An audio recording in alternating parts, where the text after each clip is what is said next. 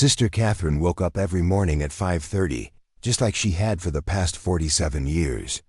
The old wooden floors of St. Mary's Convent creaked under her feet as she made her way down the long hallway. But this morning felt different. Something was missing.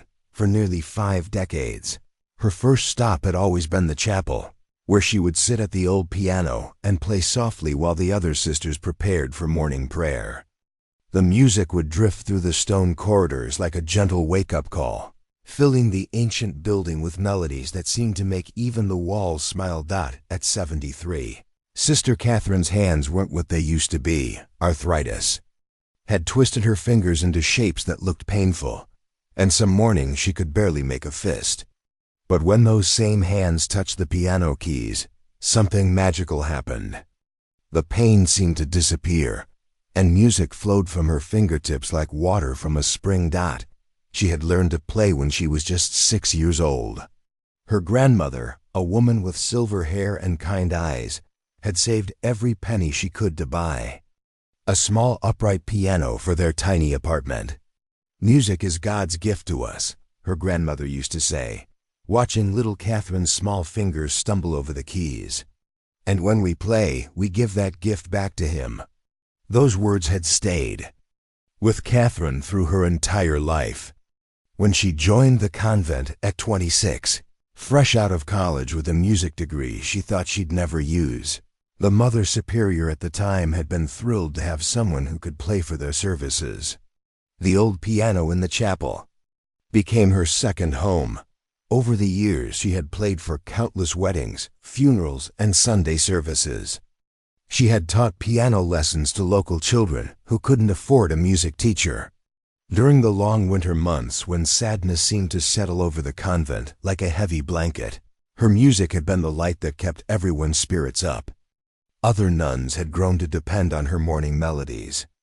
Sister Rose, who was 81 and had been at the convent longer than anyone, always said that Catherine's music was better than coffee for waking up her old bones.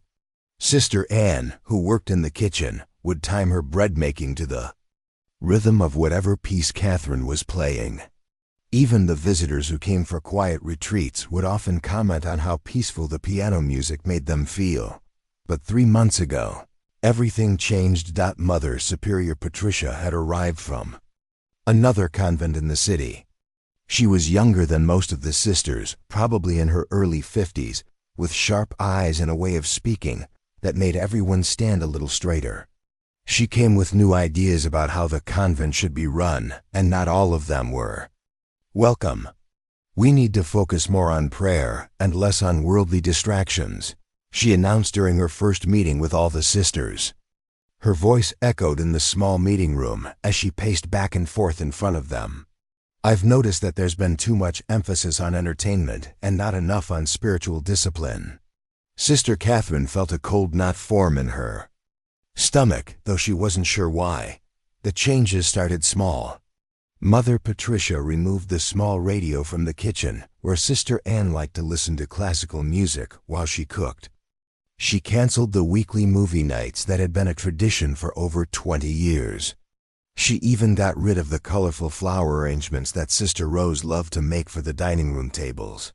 "Simplicity," Mother Patricia would say whenever anyone questioned her decisions. "We must live simply and focus on what truly matters." Then came the morning that changed everything.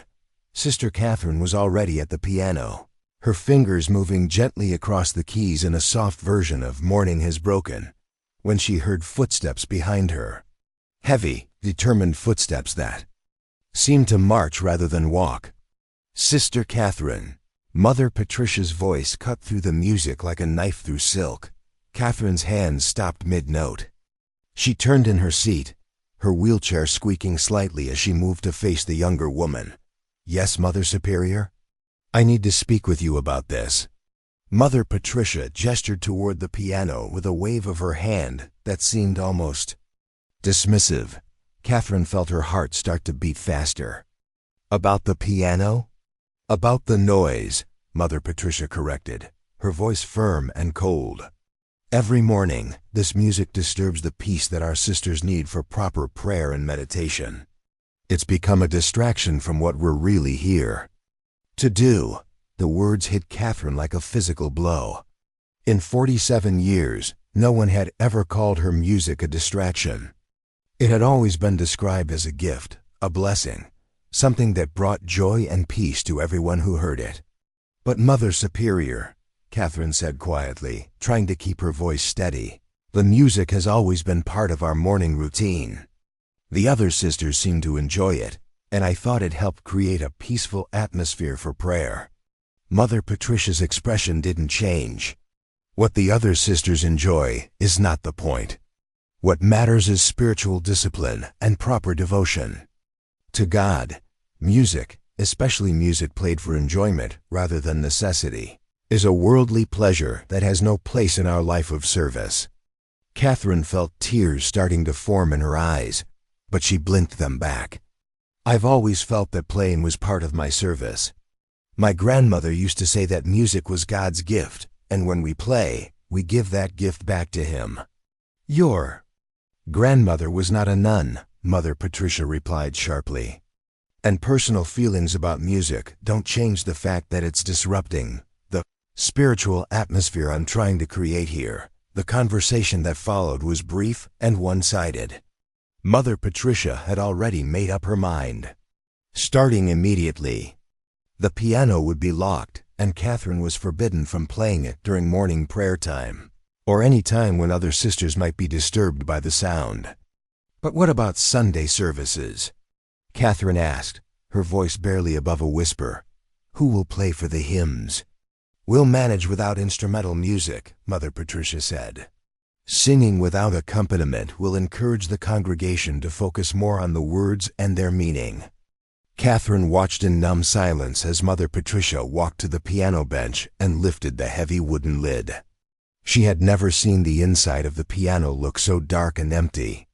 Mother Patricia closed the lid with a firm thud, then produced a small brass lock from her pocket. The click of the lock closing sounded impossibly loud in the quiet chapel. "I trust you understand that this decision is final," Mother Patricia said, pocketing the key. "I hope you'll use this as an opportunity to find new ways to serve God that don't involve worldly distractions." After Mother Patricia left, Catherine sat alone in her wheelchair, staring at the locked piano. Her hands rested in her lap, fingers still curved as if they were touching invisible keys. The chapel felt different now, emptier somehow, as if something essential had been removed from the air itself. She tried to pray, but the words wouldn't come. Instead, she found herself humming quietly, so softly that even she could barely hear it. The melody was Amazing Grace, the same song her grandmother had taught her all those years ago. As she hummed, she could almost feel the keys under her fingers, could almost hear the rich, full sound of the piano filling the space around her. That night, Catherine lay in her small bed, staring at the ceiling. Her hands ached more than usual. But it wasn't the arthritis this time. It was something deeper, an emptiness that seemed to start in her fingers and spread through her entire body. For the first time in 47 years, she wondered if she still belonged in this place that had been her home for so long. Outside her window, she could hear the wind rustling through the old oak trees that surrounded the convent. It almost sounded like music if she listened carefully enough. She closed her eyes and let that natural melody carry her to sleep, holding on to the hope that somehow, someday, she would play again. 3 months had passed since the piano was locked away, and Sister Catherine felt like she was slowly disappearing. Every morning, she would wheel herself to the chapel and sit in the same spot where she used to play, staring at the silent instrument. Her fingers would move unconsciously, playing invisible melodies on her lap while the other sisters prayed around her. The change in her was impossible to miss. Sister Rose, who had known Catherine longer than anyone, watched with growing concern as her friend seemed to shrink a little more each day. The spark that had always lit up Catherine's eyes was fading, replaced by a sadness that seemed to settle deeper into her bones with each passing week. "She's not eating properly," Sister Anne whispered to Sister Rose one evening as they cleaned up after dinner. I made her favorite soup today, and she barely touched it. Sister Rose nodded sadly. She hardly speaks anymore either. It's like the music took her voice with it when it left. The other sisters had tried to help in their own quiet ways.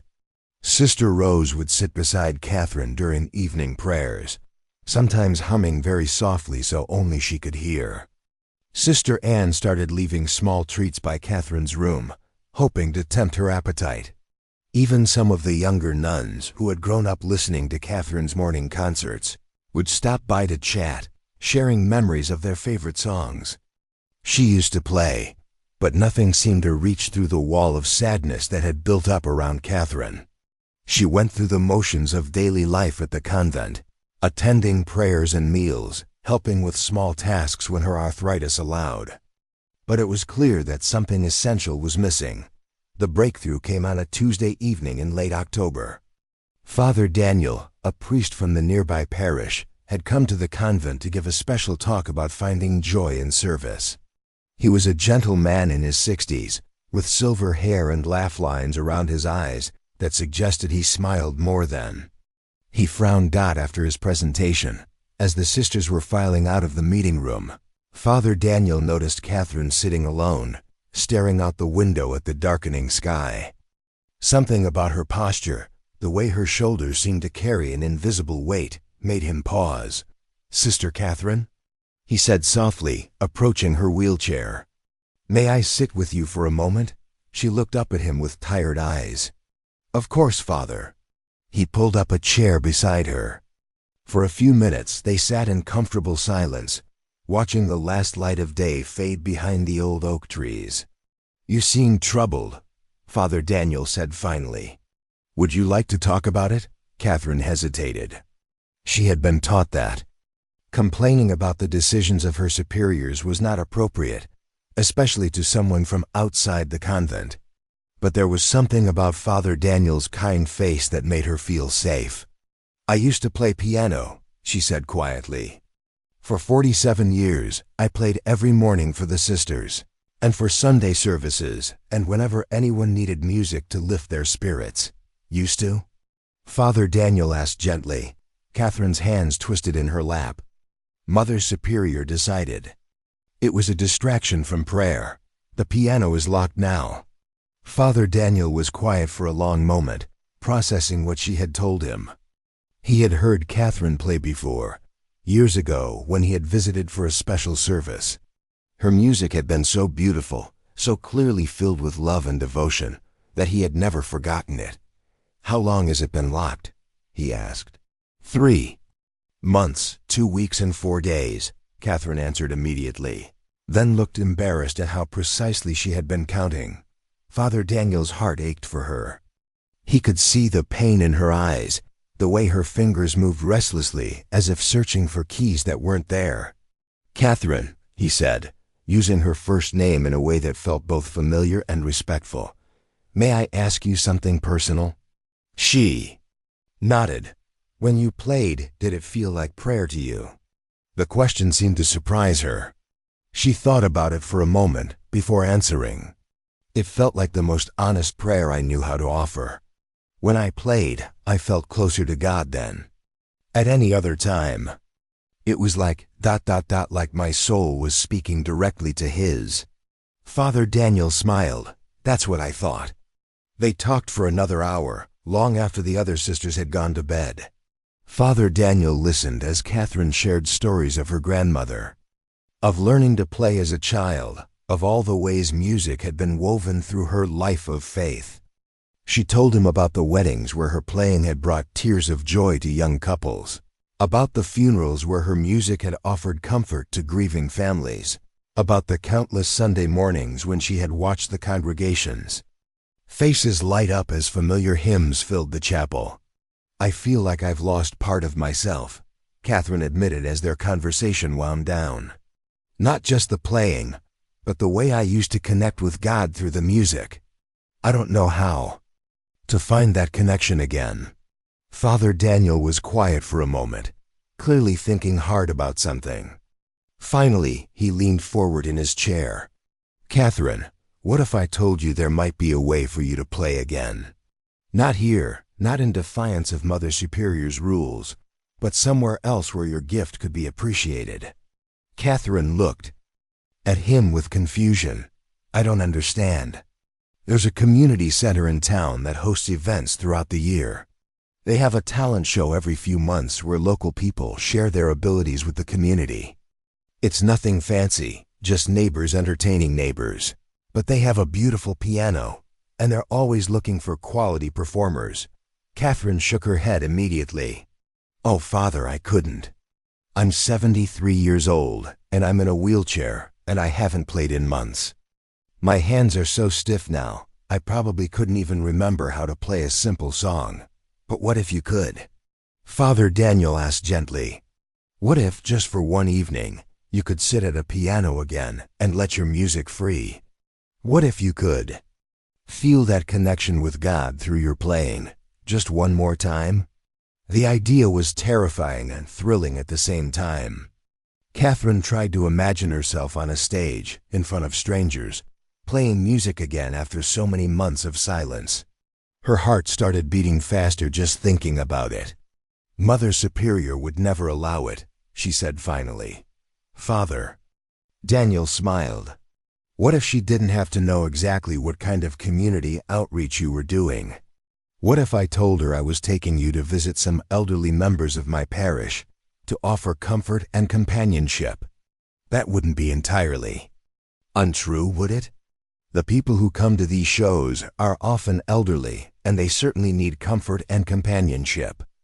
Catherine stared at him. You would do that? For me?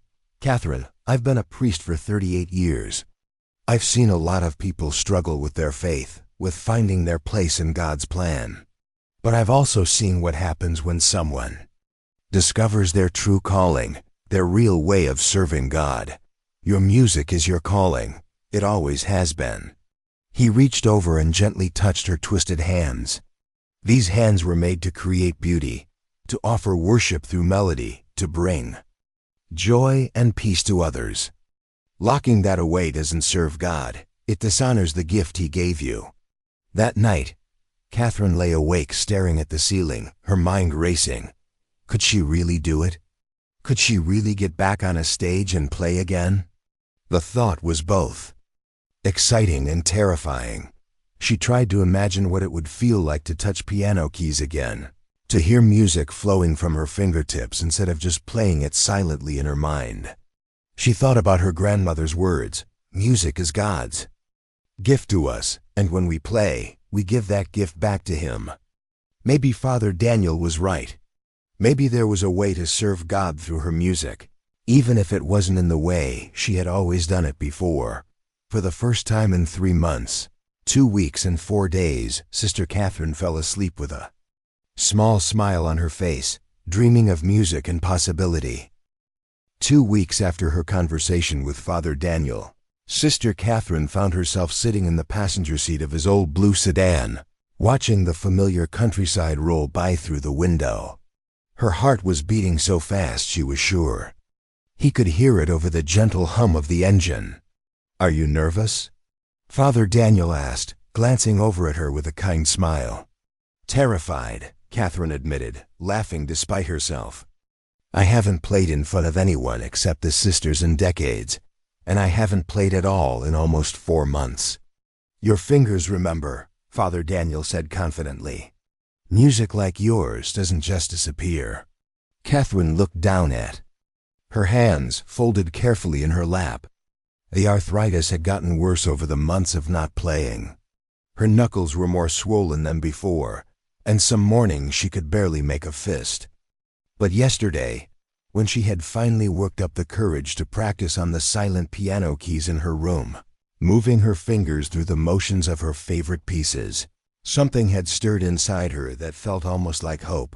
The Riverside Community Center was a modest brick building on the edge of town, surrounded by mature maple trees that were showing off their autumn colors. As Father Daniel helped Catherine transfer from the car to her wheelchair, she could see people coming and going through the main entrance, carrying instrument cases and costume bags. The talent show has been running for 15 years, Father. Daniel explained as he pushed her wheelchair toward the building. It started as a small church fundraiser, but now the whole community gets involved. Tonight, there will probably be about 200 people in the audience. 200 people. Catherine's stomach did a little flip. The most people she had ever played for at once was maybe 60 during a packed Sunday service at Christmas inside the community center. The atmosphere was buzzing with nervous energy. The main hall had been set up with rows of folding chairs. Facing a small stage, complete with red curtains and bright spotlights. Backstage, which was really just a large classroom with the desks pushed against the walls, performers of all ages were getting ready. Catherine watched in fascination as a group of teenage girls practiced a dance routine in the corner, their sparkly costumes catching the fluorescent lights. Near the window, a middle-aged man tuned his guitar while quietly running through the words to what sounded like a country song. At a table in the center of the room, a woman who looked to be about Catherine's age was applying stage makeup with the concentration of a professional artist. Sister Catherine? A young woman with a clipboard and a headset around her neck approached them. I'm Jenny, the show coordinator. Father Daniel told me you'd be joining us tonight. Catherine felt a moment of panic. What if Jenny asked too many questions? What if she didn't think a nun in a wheelchair belonged in a talent show? But Jenny just smiled warmly. It's so wonderful to have you here. Father Daniel mentioned you're a pianist. Yes, I play a little, Catherine said modestly. Don't let her fool you, Father Daniel interjected. She's been playing for almost 70 years. You're in for a real treat. Jenny's eyes lit up.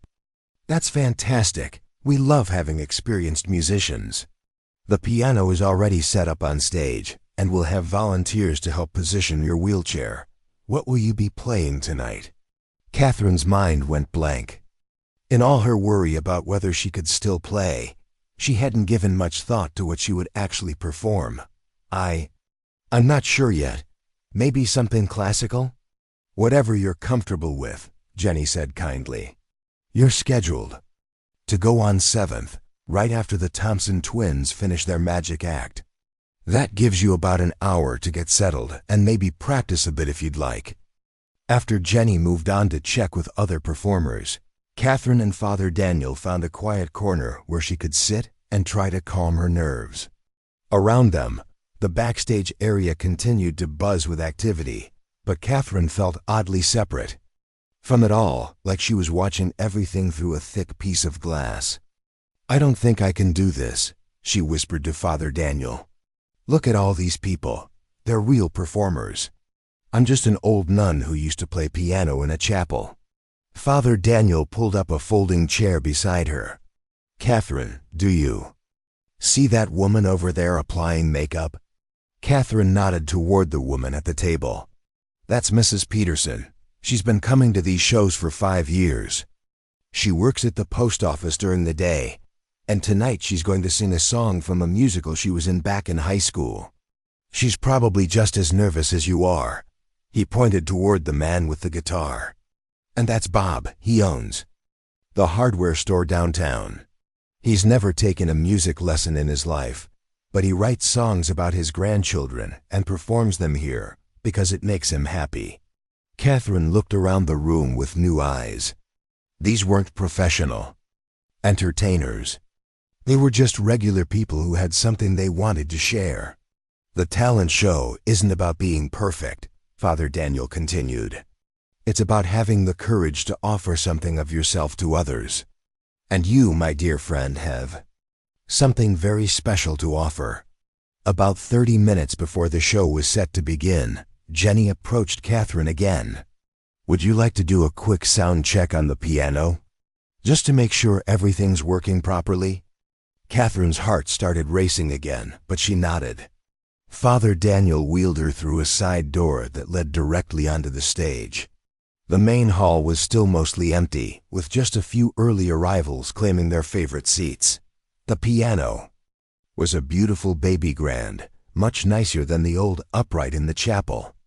Its black surface gleamed under the stage lights, and when Catherine reached out to touch the keys, they felt smooth and responsive under her fingers. "Go ahead and play whatever you'd like," Jenny encouraged. "We just need to check the sound." Levels. Catherine positioned her hands over the keys and paused. What should she play? Her mind cycled through decades of music, thousands of songs she had learned and loved and shared over the years. Almost without thinking, her fingers found the opening notes of Clair de Lune by Debussy. It was one of the first classical pieces she had mastered as a young woman, and it had always been her favorite for moments when she needed to feel calm. The first few notes were tentative, shaky even. Her fingers felt stiff, and she missed a note in the second measure. But as the melody continued, something magical began to happen. Her hands seemed to remember exactly where they belonged, and the music began to flow more naturally. By the time she reached the piece's soaring middle section, Catherine had forgotten about the sound check entirely. She was lost in the music, feeling for the first time in months that connection with something greater than herself that she had been missing so desperately. When she finished, she looked up to find that the few early audience members had stopped their conversations and were watching her intently. Even the other performers had gathered in the wings to listen. "Oh my," Jenny said softly. "That was ... that was beautiful." Catherine felt heat rise in her cheeks. "I'm sorry, I got a bit carried away." "Don't apologize," Jenny said quickly. "If that's what you call carried away, I can't wait to hear what you do during the actual performance." As Father Daniel wheeled her back to the waiting area, Catherine felt something she hadn't experienced in months. Excitement. Her fingers were tingling, not from arthritis but from the memory of the keys beneath them. The piano had felt like coming home. "How do you feel?" Father Daniel asked. Catherine smiled, the first genuine smile she had worn in a very long time. "Like I remember who I am." The community center continued to fill up as showtime approached. Through the curtains, Catherine could see families settling into their seats, children squirming with anticipation, elderly couples holding hands and chatting with their neighbors. This was her community, these were her people, even if she had never met most of them before. For the first time since Mother Superior had locked the piano, Catherine felt ready to play. The Thompson twins had just finished their magic act to enthusiastic applause when Jenny appeared beside Catherine's wheelchair, her headset crackling with quiet chatter from the sound crew. "You're up next, Sister Catherine," she said with an encouraging smile. "Are you ready?" Catherine's mouth felt dry, and her hands were trembling slightly. Around her, the backstage area had grown quieter as other performers finished their acts and settled in to watch the rest of the show.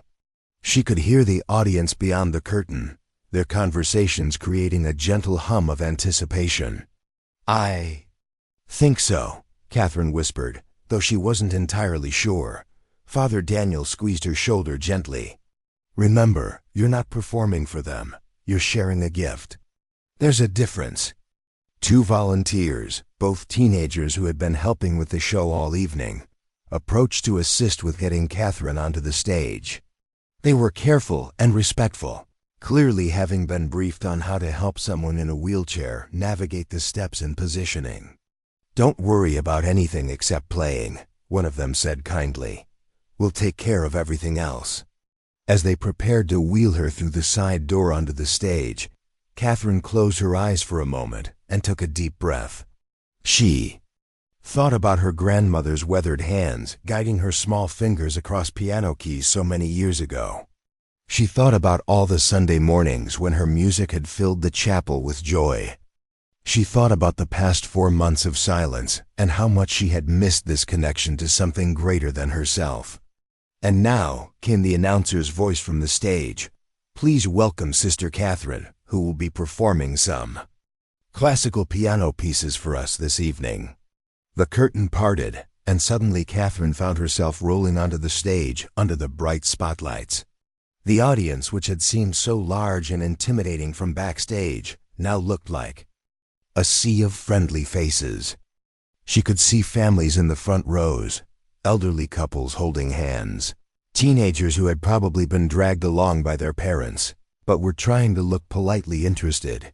The volunteers positioned her wheelchair perfectly at the piano bench, adjusting the height and angle so her hands could reach the keys comfortably. The piano looked even more beautiful under the stage lights, its polished surface reflecting the warm glow from above. For a moment, the hall was completely quiet. 200 people waited, watching this elderly nun in her simple habit and wheelchair, probably wondering what they were about to hear. Catherine placed her hands on the keys and felt their familiar smoothness beneath her fingertips. All the nervousness, all the fear, all the months of doubt seemed to melt away in that instant. This was where she belonged. She had decided during the sound check what she would play. Not the complex pieces she had performed in her younger days, but the music that had always meant the most to her, the melodies that had carried her through a lifetime of faith and service. Her fingers found the opening notes of Ave Maria, the Schubert version that had been her grandmother's favorite. The first notes floated out into the quiet hall, pure and clear and filled with a tenderness that seemed to wrap around every person in the audience. Catherine had worried that her hands might be too stiff, that the months without practice might have cost her the ability to play well. But as the melody unfolded, she realized that some things run deeper than muscle memory. The music was still there, waiting patiently inside her, ready to flow out the moment she allowed it to. The audience sat in complete silence, captivated by the beauty of what they were hearing. This wasn't just piano playing. This was something else entirely. Every note seemed to carry with it decades of devotion, years of finding God in melody, a lifetime of believing that music was one of the most honest forms of prayer. When Ave Maria came to its gentle conclusion, Catherine didn't pause. Her fingers immediately moved into the opening of Bach's Jesu, Joy of Man's Desiring, a piece she had played hundreds of times, but never with more feeling than she did in that moment. In the audience, she could see people leaning forward in their seats, completely absorbed in the music. An elderly man in the third row had tears streaming down his cheeks. A young mother was holding her sleeping baby a little closer.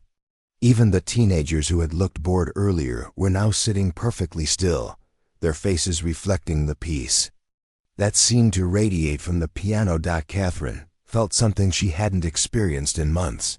Pure joy. Not just happiness, but the deep, soul-level joy that comes from being exactly where you're supposed to be, doing exactly what you were meant to do. Her arthritis didn't hurt. Her wheelchair didn't matter. Her age was irrelevant. In this moment, she was simply a conduit for something beautiful and holy. As the Bach piece reached its soaring climax, Catherine could feel the entire audience breathing with the music. They weren't just listening anymore. They were part of it, caught up in something that transcended the simple act of an old woman playing piano on a community center stage. When the piece ended, the silence that followed was profound. For several heartbeats, no one moved. The music seemed to hang in the air, as if reluctant to fade away. Then Catherine began her final piece, and several people in the audience audibly gasped. The opening notes of Amazing Grace filled the hall. But not the simple version everyone knew from church services. This was the arrangement Catherine had worked on for years, a version that wove together the familiar melody with delicate variations and harmonies that seemed to tell the story of redemption with every note. Her grandmother had taught her this song when she was 7 years old, not long after Catherine's parents had died in a car accident. Sometimes, her grandmother had said, when words aren't enough, music can say what your heart needs to say. Now, more than 60 years later, Catherine understood those words completely. As her fingers moved across the keys, she was saying everything she hadn't been able to express during those months of silence. She was saying thank you for the gift of music. She was saying how much she had missed this connection. She was saying that even in the darkest times, grace could still be found. The audience was completely still, many people openly weeping now. The music seemed to touch something universal, something that spoke to every person's deepest experiences. Of loss and hope, of finding beauty in unexpected places, of discovering that it's never too late for a second chance. When the final notes of Amazing Grace faded away, the silence that followed was even deeper than before. Catherine sat with her hands still on the keys, hardly able to believe what had just happened. For 20 minutes, she had been completely herself again, completely connected to the thing that had always made her feel most alive. Then the applause began. It started slowly, just a few people clapping, but within seconds, the entire audience was on their feet. The sound was thunderous, filled with genuine appreciation and amazement. People were cheering, wiping their eyes, calling out, "Bravo!" and "Beautiful." Catherine looked out at the sea of faces, all of them smiling, all of them clearly moved by what they had just experienced. She felt overwhelmed by their response, but more than that, she felt grateful. Grateful to Father Daniel for making this possible, grateful to these strangers for listening so openly, and grateful to God for giving her this moment, when she had thought such moments were behind her forever. As the volunteers helped her navigate off the stage, Catherine could still hear the applause echoing behind her. But more importantly, she could still feel the music echoing in her heart, reminding her of who she truly was and always had been. For the first time in 4 months, Sister Catherine felt completely, joyfully alive. 3 days after the talent show, Sister Catherine was sitting in the convent garden, enjoying the crisp November morning and thinking about her performance. The memory of those 20 minutes on stage felt almost like a dream now. Had it really happened? Had she really played in front of 200 people and received a standing ovation? She was so lost in her thoughts that she almost didn't hear Sister Rose calling her name from across the courtyard. "Catherine! Catherine, you need to come see this right away." Sister Rose was hurrying toward her as fast as her 81-year-old legs could carry her, waving what looked like a piece of paper in her hand. "What is it?" Catherine asked, concerned by the excitement in her friend's voice. "It's about you," Sister Rose said breathlessly, settling onto the bench beside Catherine's wheelchair. "Someone filmed your performance at the talent show, and it's all over the internet." Catherine stared at her blankly. "I don't understand." Sister Rose unfolded the paper, which Catherine could now see was a printout from a computer. "Sister Anne's nephew works with computers, and he printed this out for us. Look." The paper showed what appeared to be a screenshot from something called YouTube, with a picture of Catherine at the piano and text that read, "73-year-old nun's incredible piano. Performance will restore your faith in humanity." Below that were numbers that meant nothing to Catherine, but clearly meant something important to Sister Rose. "It says here that over 2 million people have watched your performance in just 3 days. Sister Rose explained, her voice filled with wonder. 2 million people, Catherine. From all over the world. Catherine felt dizzy. That can't be right. But Sister Rose was already reading from the printout. Listen to some of these comments. This one says, "I haven't cried listening to music in years, but this beautiful woman brought me to tears." And this one, "My grandmother was a pianist, and watching this made me feel like she was with me again." More sisters began gathering around them as word spread through the convent. Even Mother Superior Patricia appeared, though she stood at a distance, her face unreadable. Sister Anne arrived carrying her nephew's laptop computer, which she set carefully on the garden table. "He showed me how to watch the video," she explained, opening the device with the careful movements of someone handling something precious and slightly dangerous. Within moments, Catherine found herself watching her own performance on the small screen. It was surreal, seeing herself from the audience's perspective, watching her hands move across the keys while her face showed the pure joy she had felt in that moment. "There are thousands of comments," Sister Anne said, scrolling through them. people from everywhere. Look, this one is from someone in Japan, and this one from Brazil. They're all saying how your music touched their hearts. Catherine listened in amazement as Sister Anne read comment after comment. People were sharing their own stories of loss and hope, talking about grandparents who had played piano, about finding comfort in music during difficult times, about being inspired by her courage to perform despite her age and physical limitations. This woman says she's 85 and had given up playing violin because she thought she was too old. Sister Anne continued, she says watching you made her decide to pick it up again. Over the next few days, the video continued to spread. Local news stations picked up the story, wanting to interview Catherine about her unexpected internet fame.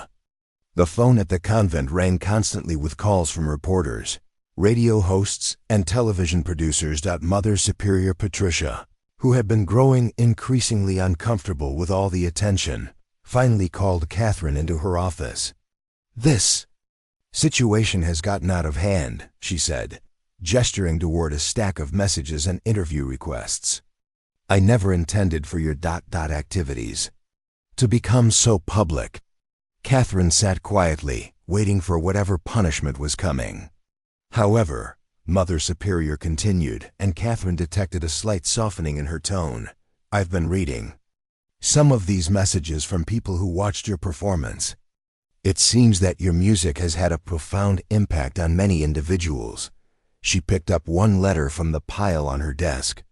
This is from a hospice worker in California. She says they played your video for their patients, and it brought comfort to families during some of their most difficult moments. She picked up another. This one is from a music teacher who says your performance inspired her students to practice harder and appreciate the emotional power of music.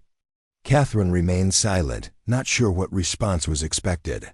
Mother Superior was quiet for a long moment, clearly struggling with something. Finally, she spoke again. I may have been hasty.